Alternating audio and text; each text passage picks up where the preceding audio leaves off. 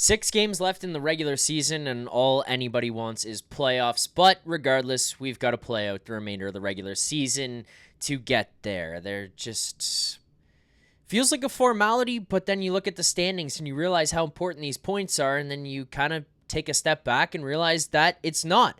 Every single game along the way here is going to matter, with Florida and Tampa breathing down your neck, trying to catch you and take over that first overall spot in the Atlantic Division, trying to push you out of maybe some home ice advantage or a favorable matchup here with the wild card team. So tonight, the team in your way is the Columbus Blue Jackets. We'll break down tonight's lineup. So we've got for special teams, who's in, who's out, as well as our best bet and some starting goalies. All a presentation of Bet365. With that said, let's start right away with our lineup for tonight, heading on over to dailyfaceoff.com, where we go over to the Toronto Maple Leafs tab and find our starting lineup for the Maple Leafs. Now, obviously, 1 to 3, we're not really seeing much of a change, and I think that that's probably for the best here, especially as we try to build chemistry, make sure that everybody is rolling and gelling together, and kind of finally forming that last roster build out that we would hopefully see as we get into game 1 of the Stanley Cup playoffs. Because there's been years past where we've kind of gone in and been like, I don't know who's going to be first line left winger, second line left winger. I don't know who's slotting in with who. Are they going to balance it? Are they going to load things up? We haven't really had too much clarity, and maybe some of that's been like a mental game to try to throw other coaches off, their scouting departments off. I don't know, but Craig Berube doesn't like to play that way. Likes to tell you what he's going to do, and then he does it. And that's what we've got here with the lines over the last couple of weeks, and probably what we're going to see over the next 7 games leading into the Stanley Cup playoffs here as well. First line, we're going to keep together Matthew Knies, Austin Matthews, and Mitch Marner. I mean, no reason to break them up. Great third period the other night there against the Florida Panthers. I thought they were okay earlier on, but the one guy who's really starting to step up and kind of at the perfect time here, especially considering the conversations we've had about him all season long, Austin Matthews. I mean, finally, we're looking at a guy that we've been asking for so long. Take over a game. Like, step up and be the guy. Well, against the LA Kings in the third period, he took over and he said, I'm here to play. I'm going to take over this game, and we are not losing tonight. And then you follow that up on the back-to-back against the Anaheim Ducks. I thought he looked really good in that game as well. The rest of the line, it's not like they were just some complete Harlem Globetrotters domination, but they were good in that game. And then you go to Wednesday against the Florida Panthers. And right from the opening shift, really, it was Austin Matthews leading the charge. I thought he looked great again, and then carrying over into the third period. It's the first line who got it done for the Maple Leafs there against Florida. So hopefully he's able to continue that against Columbus, a desperate, hungry hockey team who's still in the mix for a final wild card spot there in the Eastern Conference. We'll see what kind of effort they bring and if the first line is able to match it and continue to build off of what they have over the last couple of games. You're going to keep the second line together, Bobby McMann, John Tavares, William Nylander. I mean, no questions here about Nylander and Tavares. Those two guys, they've been exceptional this year, whether it's Nylander and the goal scoring, Tavares and the point pace that he's on, and just the level of consistency, how much you can trust him night in, night out, being the guy to step up, show up in a hockey game. He's been very, very good. On the other side, a guy who has elevated his play over the last little while, and he's been fighting for like a consistent spot, not in the lineup because he's always going to be on the roster, but where he fits in is Bobby McMann. We've all looked at Max Pacioretty. We know he's coming back. Berube gave us that hint, like, oh, he'll be ready to go. Wink, wink, nudge, nudge for game 1. Okay, well, where does he fit in? And I think a lot of us, myself included, Nick, Rosie, talking about it on the morning show, have kind of assumed that if Pacioretty is at his best, he's going to fit into the top 6. And specifically, he'll be a second-line guy with John Tavares and William Nylander, because I don't think Matthew Knies is getting bumped off that first line. But the way Bobby McMann has played over the last couple of weeks to fit in alongside Tavares and Nylander, and to be elevating into that role, and not just fitting in, but like making an impact on that line, I don't see how you just look at Bobby McMann and automatically assume he's coming out or he's going to go back to the third line. I think he's earned his spot on that second line. I think he's earned the minutes that he's getting and the matchups that he's getting, and he has looked really good in the chances that he's been given. Bobby McMann has been very good on that second line. Then you go down to the third line here, Scott Laughton, Max Domi, Calle Jarnkrok. Jarnkrok is going to be in this lineup, in my opinion, come game one. Where he fits in will yet to be seen. I'm not fully bought in that Jarnkrok is the guy to play alongside Laughton and Domi. Part of the reason for that would be the McMann and the Pacioretty conversations that I kind of just touched on, but to expand a little bit further, if those guys are playing at their best, they are hard-hitting, heavy hockey, tough on the forecheck. They've got enough skill. They've got enough goal-scoring ability. They just bring an element to the game that Calle Jarnkrok can't really bring to you himself. So I would look at a McMann or a Pacioretty and think they might fit kind of like a little bit with some more synergy alongside Laughton and Domi than a Jarnkrok would, where you fit one of those two guys in, and I think you could point at them right away and say, that's a checking line. That's a hard-hitting forechecking line. That's a line that goes in there, puts the puck in corners, and wears down defenses. I don't know that Calle Jarnkrok does that as effectively or the same way, and to that point, if you look down at the fourth line here now, David Kampf is out of your lineup tonight. That's because he left the game with an injury against Florida on Wednesday night. He's not going to play, so Nick Robertson slots in. Well, I think Berube just trusts Jarnkrok more than Robertson. And I know people in the comments after are going to say, you're an idiot, Nick Robertson's so good. And the other thing is he's probably going to score tonight because that's what Nick Robertson does. Every time this guy jumps back, every time he gets back in the lineup after he's gone and sat in the press box for a while, he scores. So he'll do that again tonight, and everyone's going to come tell me how much of an idiot I am. But I think Berube trusts Jarnkrok more than Robertson. We've seen that with the opportunities he's given Jarnkrok since he's come back from injury. I also feel like him in your fourth line role might just fit better with what Lorentz and Holmberg or Lorentz and Kampf can give you, because Lorentz is going to be playing. Very clearly, like, this is not a guy you're taking out. He makes an impact. He's a good fourth line player. He can score here and there. He scored some big goals also on that this season. Like, you're looking at game winners, tying goals, goals to ice games. Like, Lorentz is being pretty important from that standpoint, at least. And then you could basically mix and match whether it's Kampf or Holmberg who goes in there. Jarnkrok might just be like a veteran guy that you could trust a little bit more to play on your fourth line right wing. So that's kind of how I see some of these things shaking out. Regardless, these final games, as Pagnotta had mentioned to us on Wednesday, it's an audition for the playoffs. Who plays, who doesn't, and who fits where. Those are your four forward lines for tonight's game against the Columbus Blue Jackets, a hungry hockey team who's fighting for a playoff spot here tonight. The final things we got to do is get to our defense, for our power play, and our goaltender. These ones are going to be a little quicker. We are seeing a little bit of a change here tonight. So first of all, you're going to keep the first pair together, Morgan Rielly and Brandon Carlo. The change that does take place is Jake McCabe was a game-time decision. I don't think he's going to play here tonight.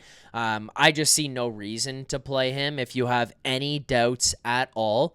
Like, even the slightest inkling that Jake McCabe is like a 90% instead of 100% down the stretch here, just sit the guy. Like, there's no need to put the guy out there in any spot that is uncomfortable or could potentially hurt him more. Like, nothing. Just sit the guy. So that means you got OEL jumping in alongside Chris Tanev, and then Simon Benoit and Philippe Myers will round out your defensive pairings as your 5-6. Those are your 6 defensemen here tonight. Morgan Rielly, Brandon Carlo, Ekman Larson, Chris Tanev, Simon Benoit, and Philippe Myers. Now, before we move on, look, there is a race going on in the NHL right now. The race to the NHL goals record that Alex Ovechkin is chasing Wayne Gretzky, tied him up last night against the Chicago Blackhawks, and now we're all waiting for him to get that next goal to take the NHL goal scoring lead. But there is an internal race in Toronto that is just as important. And that would be the franchise shot blocking record, the single season shot blocking record that Chris Tanev is 1 away from. He was asked about it this morning by Mark Masters of TSN. He asked him what he thought about the record, if he knew about the record, if it was something he was interested in achieving, accomplishing, and who he might hear from after. Here's Chris Tanev in his interview with Mark Masters this morning. You probably don't know this, and it's probably not front of mind, but your next block shot will set a new single-season record for recorded shot blocks for the Leafs, tied with Carl Gunnarsson right now. What's it mean to kind of have a slice of history with your hometown team? I did not know that. You haven't been it's tracking what, it yet. No, it is what it is. I really don't care. So. You're going to get a call from Carl tonight, maybe? I don't think so. I don't think so. I don't think I'm going to get the call tonight from Carl Gunnarsson, is what Chris Tanev had to say when asked about it. I mean, I thought it was a funny clip. I saw that earlier and wanted to give that one a shout. Just, we're pursuing our own history here in Toronto. We got Nylander, Matthews, Marner putting themselves in the history books. JT working his way up there as well. Leafs history. Well, why not give Chris Tanev some of that credit that he deserves as well? So Chris Tanev also chasing that. Quickly here, the power play units that we'll see tonight, that does involve the one change that sees Nick Robertson coming back in. So he does get himself back into a power play spot. First unit, no change. The 5-forward unit there. Nyes, Tavares, Nylander, Marner, and Matthews. Listen to Giordano on TSN Overdrive with the guys the other day talking about it, and he's like, I don't like the 5-forward unit, to be honest, and I don't like it in the playoffs, but the Leafs seem pretty committed to this. They've been rolling with it since just before the Four Nations, have kept this together. They've seen success in the month of March. Yet to be seen if that'll continue, but I have my own worries and doubts about it, but for now, it seems to be working. Your second unit that you've got for the power play here tonight, the one change that you do see, Nick Robertson does end up slotting in. Bobby McMahon, Max Domi, Nick Robertson there now, OEL and Morgan Riley. We have seen Yarncroke in there taking some reps. We've seen guys bouncing around. It's going to be Nick Robertson here tonight. Obviously looking at him as, maybe a bit more of the offensive threat, the guy who fit in that third line with McMahon, with Domi earlier and saw success themselves. You go back to that, give them a chance. Maybe you can spark something out of Nick Robertson. It does seem like every time he goes out of the lineup and he comes back in, you just juice a goal or two out of the guy. So maybe that's what you get here tonight. Now, those are your lineups for tonight. The forwards, the defense, the changes that we see. Kampf out, Nick Robertson back in. Then we see on the back end, Jake McCabe potentially out here tonight, which would see Philippe Myers coming in. And Ekman Larsson bumping up to the second pair alongside Chris Tanev, who is chasing the Maple Leafs single-season shot blocking record. The other thing that we've got to point out here tonight, Anthony Stolarz will get the start. To me, this indicates that you're looking for Anthony Stolarz to be your game one starter come playoff time. The way that this is shaken out, the way that they're kind of starting to deploy these guys, you're giving them a bit of a test. You're throwing them in there against Florida. You're throwing them in against Columbus, who's another hungry team looking for a playoff spot. You are testing the guy out. You're testing him out against tough competition, playoff-style games, and on top of that, you're trying to test them out into a little bit more of a condensed schedule. A lot of the Leaf season, they've gone back and forth. They give Wall a start, they give Stolarz a start. They give Wall a start, they give Stolarz a start. Well, here as you get into the playoffs, where you're probably not going to flip-flop, and Craig Berube has pointed out he'd not like to have that, you're just going to probably start to see a little bit more of a starter workload for Stolarz just to get him into that rhythm and get himself ready for the playoffs. Not overwork the guy. You've got days in between, but let's see what he can do. Let's see if he can go 2 games in a row. Let's see how he handles that. So Stolarz is your starter tonight. And honestly, I think it makes sense. I think it makes sense that Stolarz is the guy. I had some people who were DMing me after Pagnotta came on the other day, and they were all mad that, we were talking about Stolarz potentially being the one guy and saying that it would be Joseph Woll who would get the tap and get that start. And I don't have any issue if Woll is the guy, and I have no problem with him at all being the goalie of the future here in Toronto, anything like that. I just think the way that this has shaken out and who the coaching staff has comfort in and the way that we've seen them deploy them, it's probably going to be Stolarz at this point, unless something drastic happens here in the final 7 games, which, knock on wood, however you want to do it. Let's just hope this is a calm, comforting end of season. Let's get now to our best bet segment. Breaking news coming in from Bet365, where every nail-biting overtime win is a barn burner, every face-off hat trick, power play, shot on goal, penalty shot, and every suspenseful minute in between is amazing. Whatever the moment, it's never ordinary at Bet365, an official partner of the NHL. Download the Bet365 app and use the code NATION, NATION, to get in on the game. Must be 19 or older, Ontario only. Please play responsibly.